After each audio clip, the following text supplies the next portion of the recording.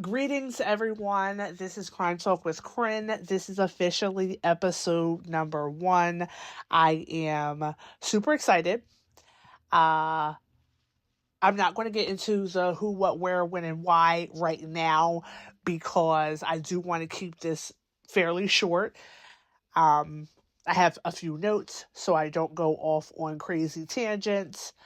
Once, I get into the swing of things, you will learn that unfortunately that's a thing.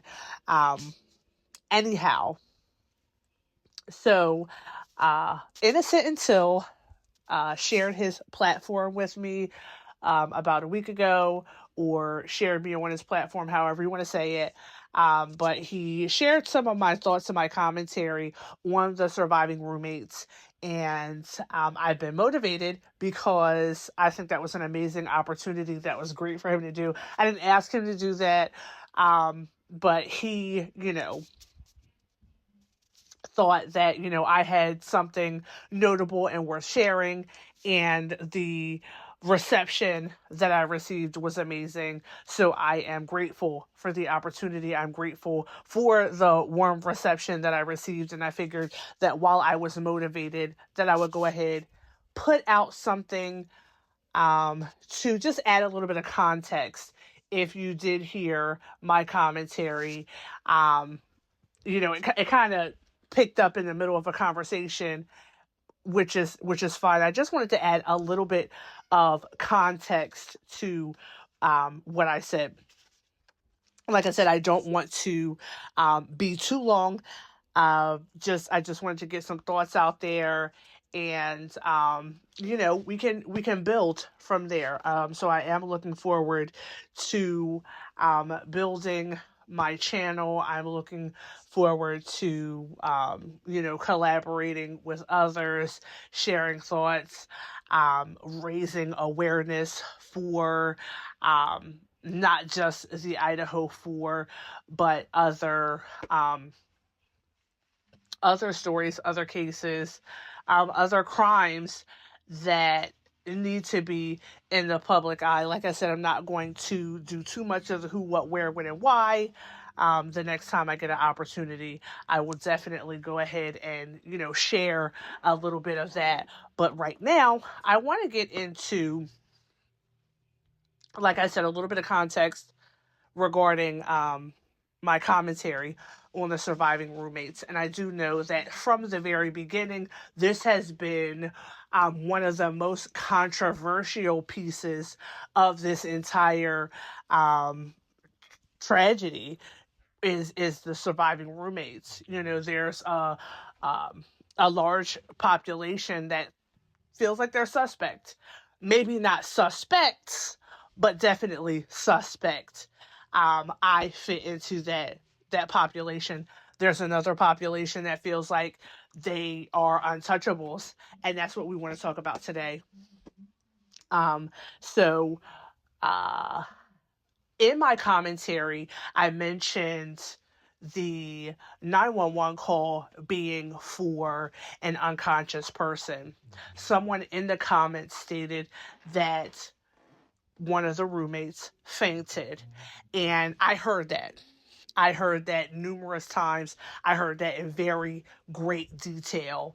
A lot of creators discussed it. I don't know if this is exactly what that individual was speaking about, but either way, this is what part of what I want to get into today. I haven't seen any official documentation. I haven't seen any official statements that said that this actually happened. But when I heard it, it was someone who stated that they were around and saw that this happened. And so they wanted to provide context.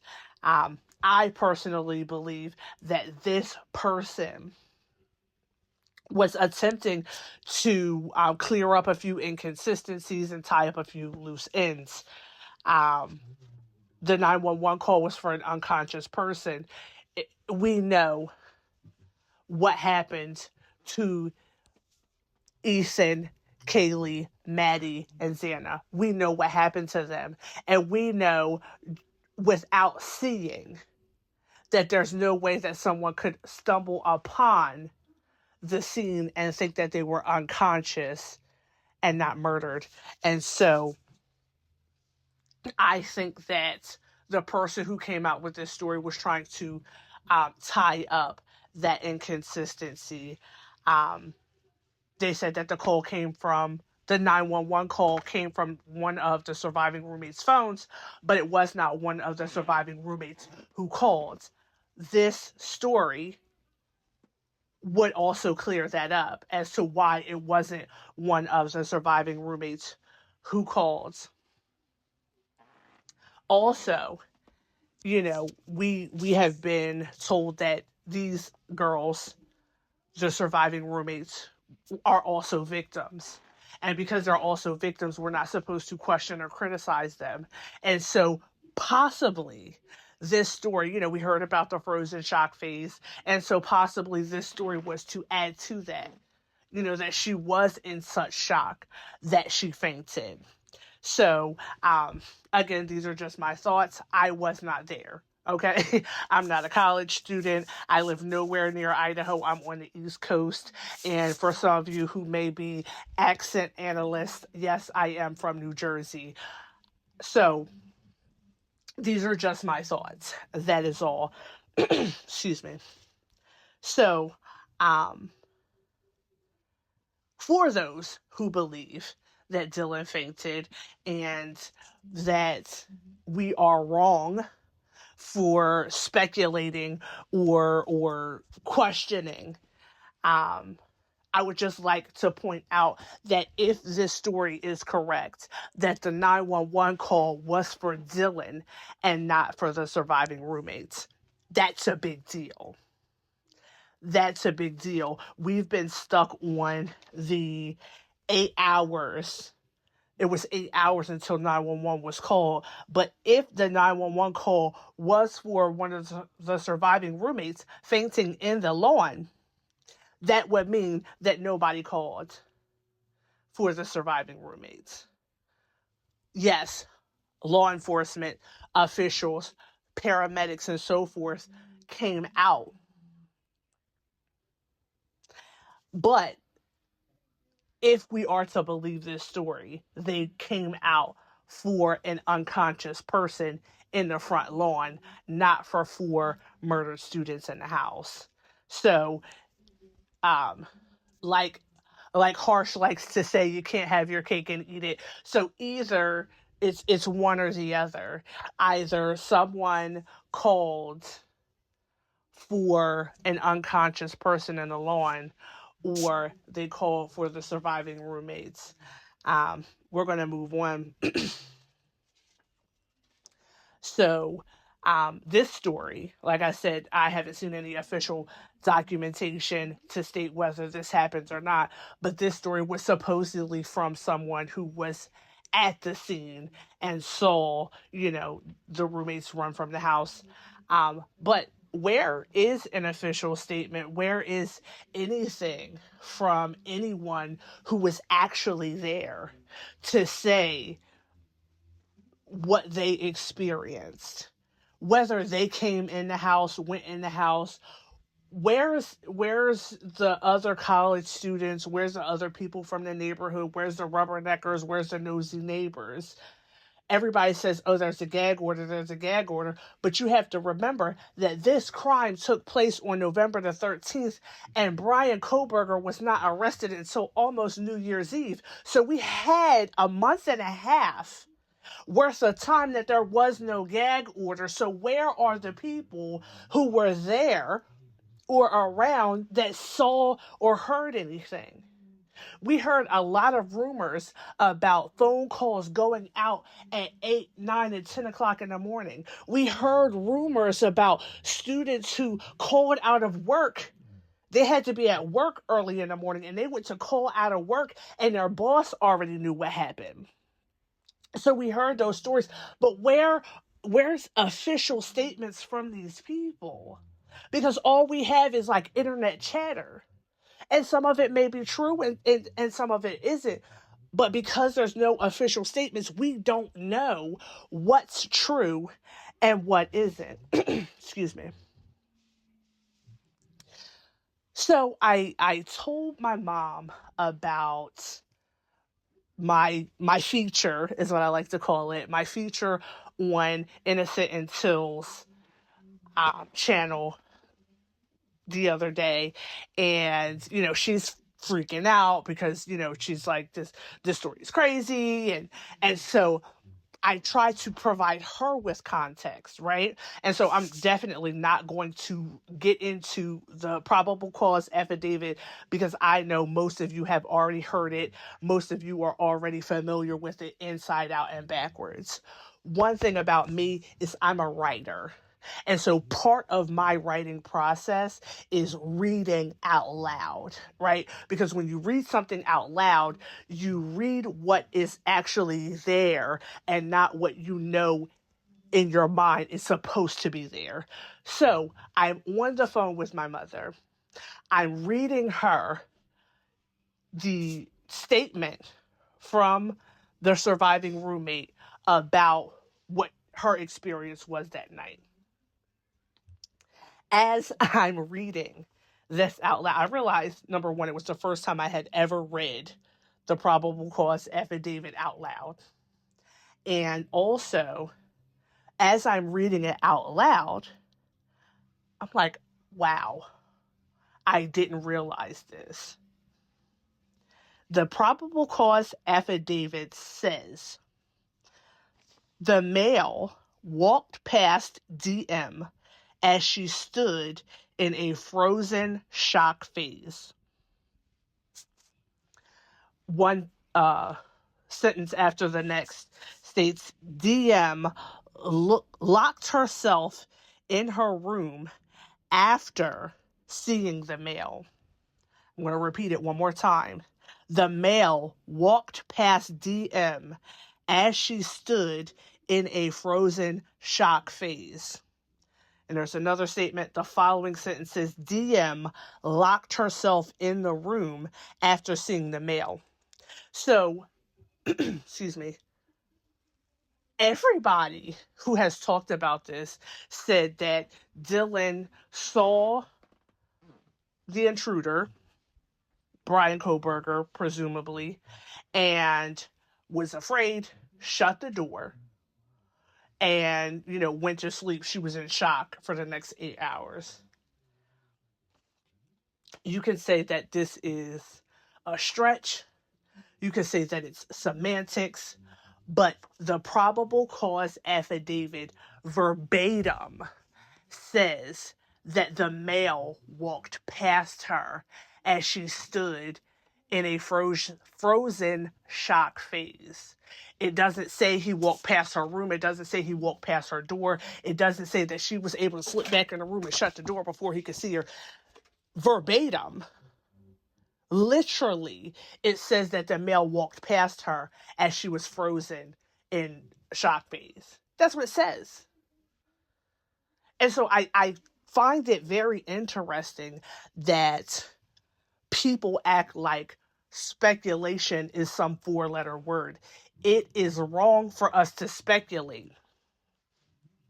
Everyone who has said that she shut the door and went to sleep and was in shock for the next 8 hours is speculating. But it's okay for you to speculate when your speculations are favorable. When your speculations support the narrative that is being pushed out, it is okay for you to speculate then. But if my speculation is contrary, or is questioning, or is casting doubt on what we are being told, now I'm the bad guy.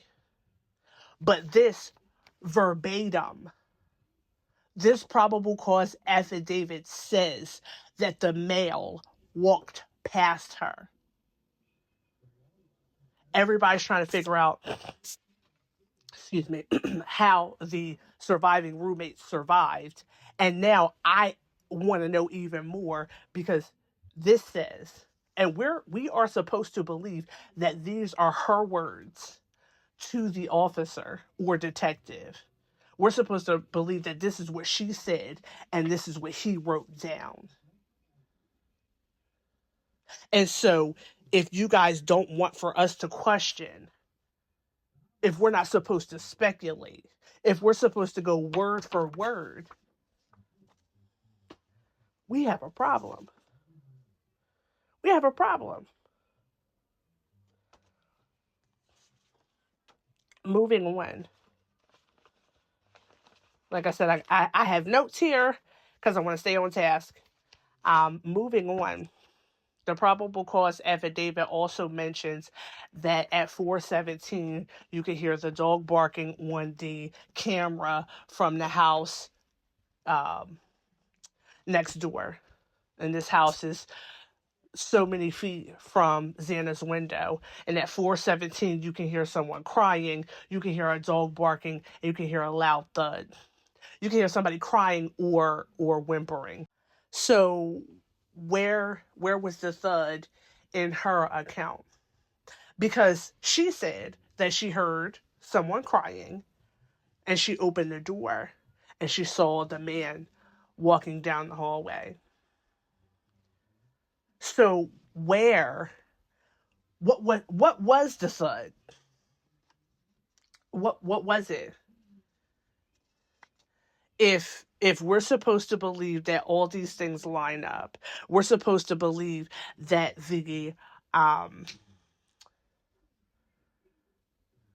she heard the crying. The camera picked up the crying. She sees someone walking down the hall at 4:17. At 4:20, you see the vehicle leaving the area at a high rate of speed. Right? So, what was the thud? I have so many issues with this statement, with her account of what happened. I have so many issues with it because you saw a man walking up the hall and you were afraid. According to you, you were afraid. What were you afraid of?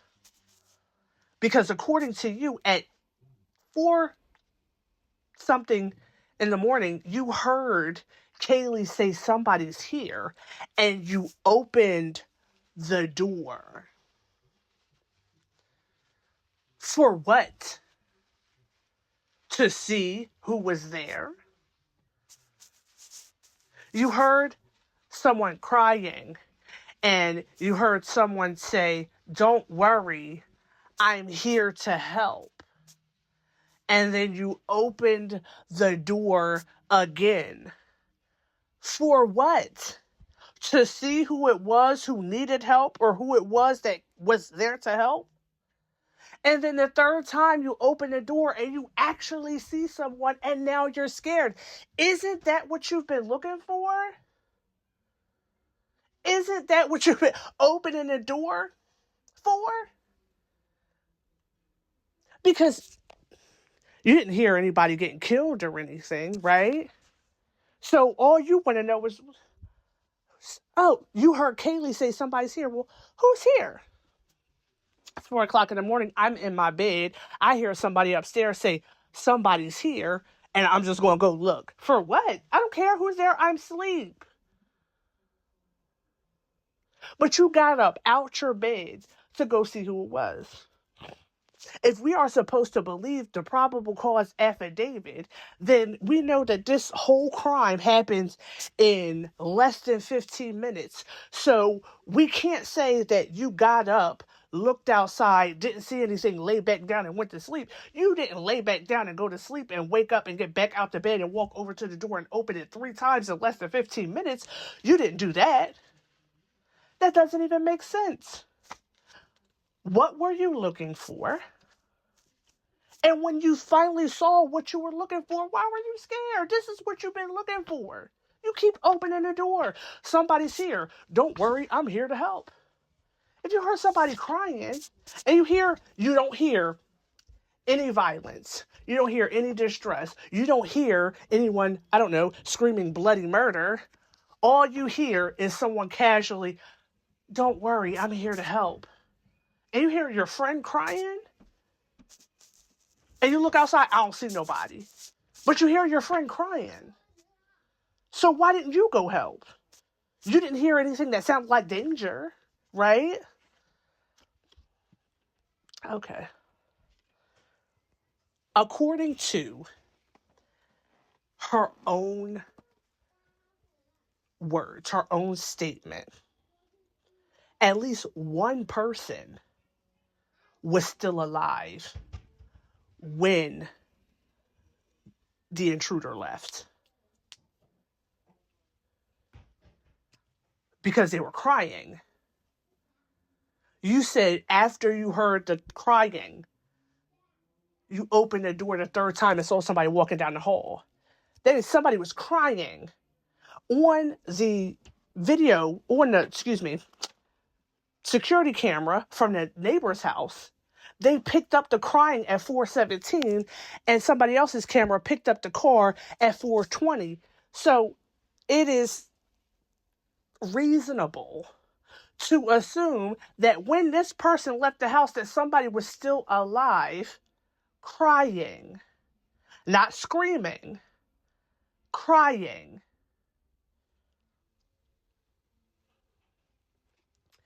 The police report stated that there were multiple people at the house when 911 was called, and multiple people spoke to the 911 dispatcher. And so the story that was put out to support this, I'm assuming, is that one of the surviving roommates was trying to get a hold of Xana, could not, tried to go to the room, couldn't get the door open, called Ethan's brother. Ethan's brother came over, couldn't get the door open. Come to find out, he couldn't get the door open because his brother was in front of the doorway. If that is true, that would mean that after the killer left the room, Ethan was trying to make it to the door. That's what that would mean. That's what that has to mean. So to wrap this all up, because I've already been long enough, the issue that I have with the surviving roommates is the same issue that I have with a lot of these stories that I'm hearing lately.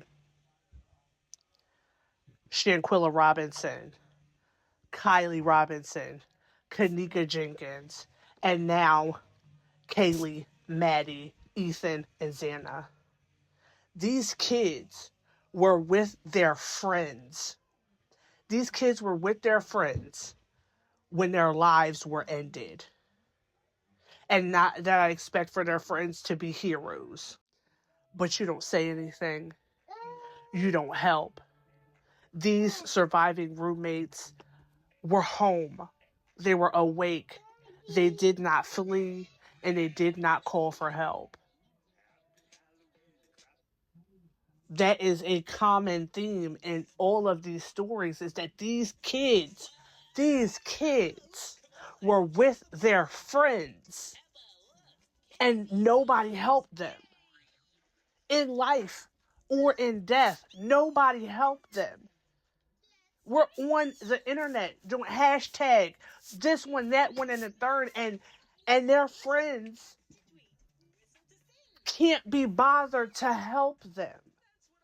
The parents are not sitting there, and they could, for all we know, they could be sitting at the kitchen table, telling them to do the right thing. And maybe the no snitching code is way more prevalent than any advice. Where's the loyalty? Where's the compassion? Everybody says that, the true crimers are only after clicks and views, and they're sensationalizing tragedy. And would you rather that we said nothing? Their friends and their loved ones. I'm not talking about the parents. Don't get me wrong. Do not misconstrue what I'm saying. But the community, if we want justice, for these individuals. Because see, the thing is, y'all can turn a blind eye. If you have loved ones, children, sisters, cousins, if you have loved ones, you don't want this to happen to your loved ones. There has to be a precedent that's set that this is not okay. And so in this day and age, this is our platform. This is how we can have our voices heard. That this is not going to be my little cousin. This is not going to be my little sister. This is not going to be my daughter, my son. People, you can feel how you want to feel about the true crime community, but staying silent in the face of injustice is crazy. So yes, I have an issue because I feel like justice in this case in particular is not just anybody going to prison. It's everybody. Everybody going to prison who has something to do with what took place on November the 13th or something to do with the cover-up that happened after November the 13th. Everybody being held accountable. Not just one person going to prison. Everyone needs to be held accountable. Everybody. In all of these cases, I'm outraged. What is the world coming to? What is the world coming to? That these kids don't have real friends that look out for them, that stand up for them. These girls have been protected from day one. These girls have been protected from day one. And that's okay. That's okay because we don't want for the people on the internet to do what the people on the internet do to people, to these young ladies. We don't want that. But at the same time, we have to acknowledge one simple fact. And I made my channel because I watch video after video after video after video, and nobody says what I'm thinking. So I'm here now to say it. The true fact of the matter is that it was not 8 hours. It wasn't 8 hours before they called 911. They never called. So we're talking about 4 people that were killed, and the 2 survivors never called 911. Yes, 911 was called. It was not the surviving roommates who called 911. They never called. They called people to come to the house, but they never called. That's all I have for today. I'll be back.